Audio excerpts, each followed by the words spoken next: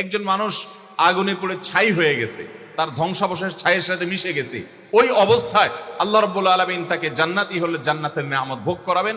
আমরা যেটা টের পাবো না, মাটির সাথে মিশে গেছে, ওই অবস্থায় আল্লাহ তাআলা জান্নাতি হলে জান্নাতের নেয়ামত ভোগ করাবেন, জাহান্নামী হলে জাহান্নামের নেয়ামত তাকে ভোগ করতে বাধ্য করবেন, কারণ সে বারজাখী জীবনে আছে। আল্লাহ বলেছেন ওয়ামিন ওয়ারাইহিম বারযাখুন ইলা ইয়াউমি ইউবআসুন, মানুষের মৃত্যুর পর কিয়ামতের আগ পর্যন্ত যে জীবন থাকে, এই জীবন বা এই পিরিয়ডটাকে বলা হয় বারজাখী জীবন। মৃত ব্যক্তিদের জন্য আমরা জীবিত হিসাবে যে উপকার করতে পারি, সেটা মৌলিকভাবে সবচেয়ে বড় বিষয় হলো মৃত ব্যক্তির জন্য দোয়া করা। আমাদের মৃত আত্মীয় স্বজন যাদেরকে হারিয়ে আমরা অনেক বেদনা, অনেক কষ্ট, অনেক দুঃখ অনুভব করি, কিন্তু মৃত্যুর পর আমরা আফসোস করি, আক্ষেপ করি যে তারা তো চলে গেলেন।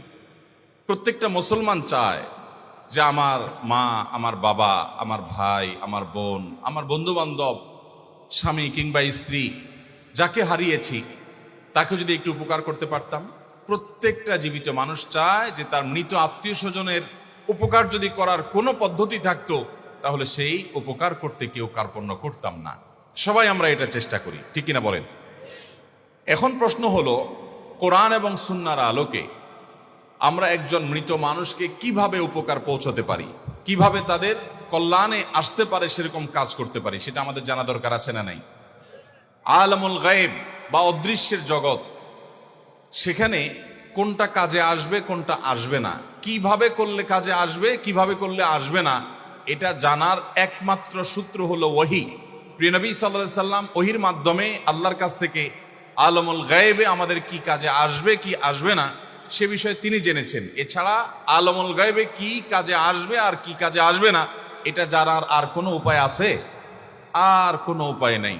অতএব আমাদের মৃত আত্মীয় স্বজনকে যদি আমরা উপকার পৌঁছাতে চাই, তাহলে সেই উপকার পৌঁছানোর পদ্ধতি গ্রহণ করার একমাত্র জায়গা হলো কোরআন এবং সুন্নাহ। কোরআন এবং সুন্নাহ। আমার বাবা দুনিয়া থেকে চলে গেছেন প্রায় কয়েক মাস হয়ে গেল, এবং আমরা অনেকে আমাদের প্রিয় বাবাকে, অনেকে মাকে, অনেকে আত্মীয় স্বজন নিকট আত্মীয়দেরকে হারিয়েছি। আমরা প্রত্যেকটা মানুষ চাই যে জীবদ্দশায় বাবার জন্য তেমন কিছু করতে পারি নাই, আফসুস হয় মৃত্যুর পর। জীবদ্দশায় বেশিরভাগ মানুষ আমরা বাবা মার কদর করতে পারি না, কিন্তু কদর ঠিকই হয়। সেটা কখন হয়? মৃত্যু বরণ করার পর। কত বড় বটগাছ মাথা থেকে সরে যায় সেটা বাবাকে হারানোর পর বোঝা যায়। কত বড় ছায়া মাথার উপর থেকে সরে যায়, কত বড় আপন মানুষকে আমরা হারিয়েছি সেটা আমরা অনুভব করতে পারি, টের পাই কখন? যখন আমাদের মমতাময়ী মা দুনিয়া থেকে চলে যায়। ভাইরা আমার, যাদের মা বাবা জীবদ্দশায় আছে, করজোড়ে মিনতি করি, এই বটবৃক্ষের কদর করবেন। হারিয়ে গেলে আফসোস করবেন, কিন্তু আর ফিরে পাবেন না। অতএব আমাদের জীবিত বাবা মা, জীবিত প্রতিটা আপনজনকে আমরা কদর করার চেষ্টা করব। আল্লাহ আমাদেরকে তৌফিক দান করুন। এখন প্রশ্ন হলো, তাদের ওয়াফাতের পর, তাদের মৃত্যুর পর, তারা দুনিয়া থেকে চলে যাওয়ার পর আমরা প্রত্যেকটা মানুষ, বিশেষ করে সন্তান হিসাবে মা বাবার জন্য, স্বামী হিসাবে স্ত্রীর জন্য, স্ত্রী হিসাবে স্বামীর জন্য, ভাই বোন আত্মীয় স্বজন পরস্পরের জন্য কিছু একটা করার জন্য আমাদের মধ্যে ব্যাকুলতা, আমাদের মধ্যে অস্থিরতা, আমাদের মধ্যে পেরেশানি, এটা অনুভব করা যায়।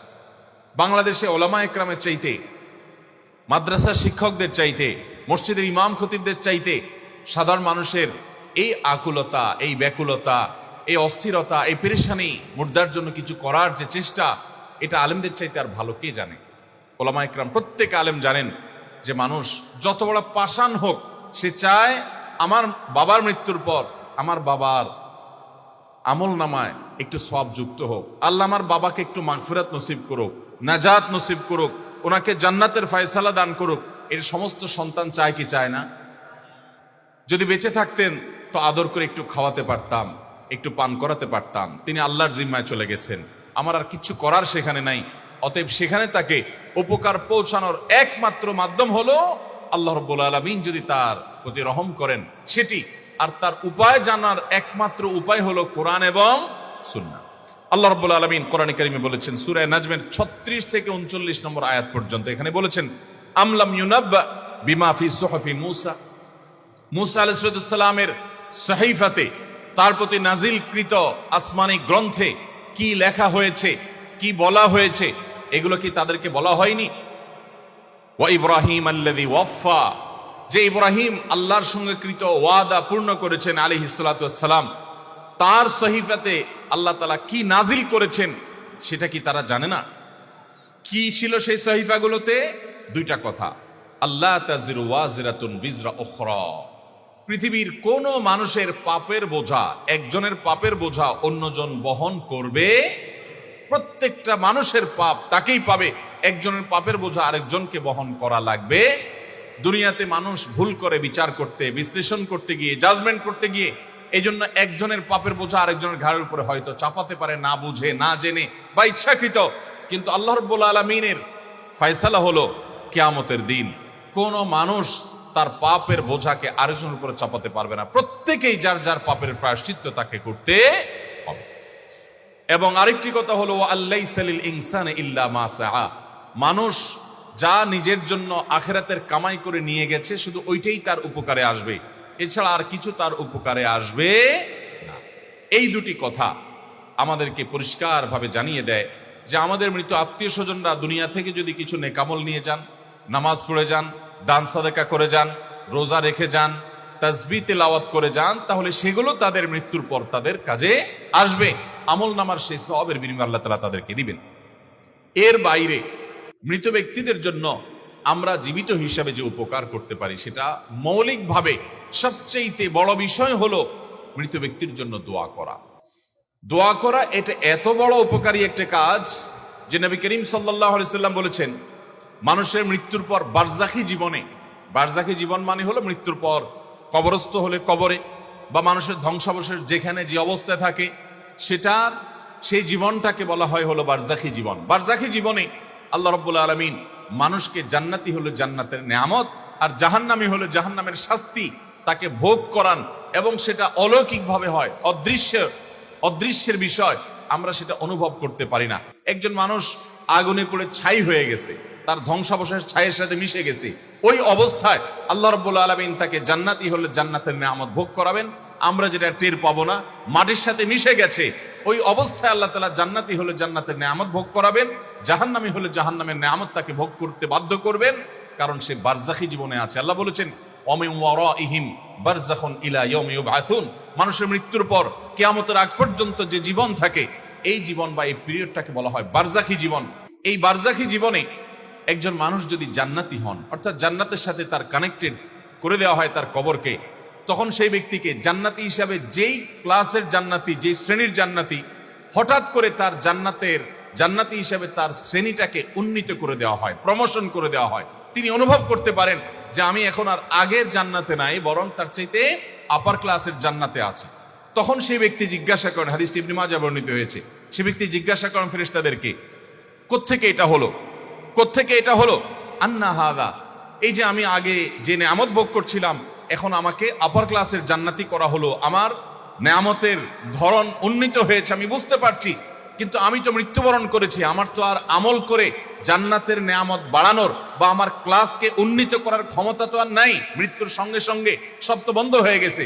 ইযা মাতাল ইনসান ইনকাতা আনহু আমালু, হাদিসে আসে মানুষ যখন মৃত্যুবরণ করে তার আমলের দুয়ার বন্ধ হয়ে যায়, তাহলে আমার তো আমলের দুয়ার বন্ধ হয়ে গেছে, আমি তো অলরেডি মৃত, তাহলে কিভাবে আমার কবরে, আমার বারজাখী জীবনে আমার জান্নাতটার ক্লাস উন্নীত করে প্রমোশন করে দেওয়া হলো, কোত্থেকে এটা হলো?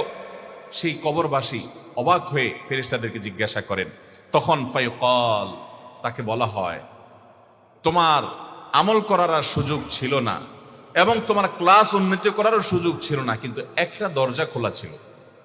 কয়টা দরজা খোলা ছিল ভাই? একটা দরজা খোলা ছিল। সেটা কি? বিস্তিগফার ওয়ালাদিকা লাক, তোমার সন্তান তোমার জন্য আল্লাহর কাছে ইস্তেগফার করেছে, চোখের পানি ফেলে, কায়মনো বাক্যে, হৃদয় নিংড়ানো দোয়া দিয়ে রব্বে কারীমের কাছে দোয়া করেছে, ও মাবুদ, ও মালিক, আমার আব্বাজান দুনিয়া থেকে চলে গেছেন, আমার মা চলে গেছেন, আমার ভাই চলে গেছেন, স্বামী স্ত্রী চলে গেছেন, আমার অমুক আত্মীয় স্বজন চলে গেছেন, আল্লাহ আমি তার পক্ষ থেকে আপনার কাছে ক্ষমা প্রার্থনা করছি। তিনি আর নিজের জন্য দোয়া করার ক্ষমতাও রাখেন না, তিনি আর তার আমল নামাতে একটি সুবহানাল্লাহর সওয়াবও অ্যাড করার ক্ষমতা রাখেন না, তিনি 2 রাকাত নামাজ পড়ে সেই সওয়াবটা তার আমল নামায় যুক্ত করবেন সেই ক্ষমতা আর রাখেন না। ও মালিক, তার সমস্ত আমলের দুয়ার বন্ধ হয়ে গেছে, আমি তার কাছে, আমি তার পক্ষ থেকে আপনার কাছে দোয়া করি, আপনি তাকে মাফ করে দেন, আপনি তার প্রতি রহম করেন, আপনি তাকে ভুল ত্রুটি মাফ করে জান্নাতি হিসাবে মর্যাদা দান করেন। যখন কোনো মানুষ তার প্রিয়জনের জন্য দোয়া করে, বিশেষ করে বাবা মার জন্য এভাবে দোয়া করে, নবী করিম সাল্লাল্লাহু আলাইহি সাল্লামের ইবনে মাজাহ বর্ণিত হাদিস বলছে যে ফেরেশতারা তখন ওই ব্যক্তিকে বলেন যে বারজাখে জীবনে তোমার যে জান্নাতের ক্লাসকে উন্নীত করা হলো, তোমার জীবিত সন্তানরা দুনিয়া থেকে তোমার জন্য যে দোয়া করছে, সেই দোয়ার কারণে তোমার এই মর্যাদা বৃদ্ধি করে দেওয়া।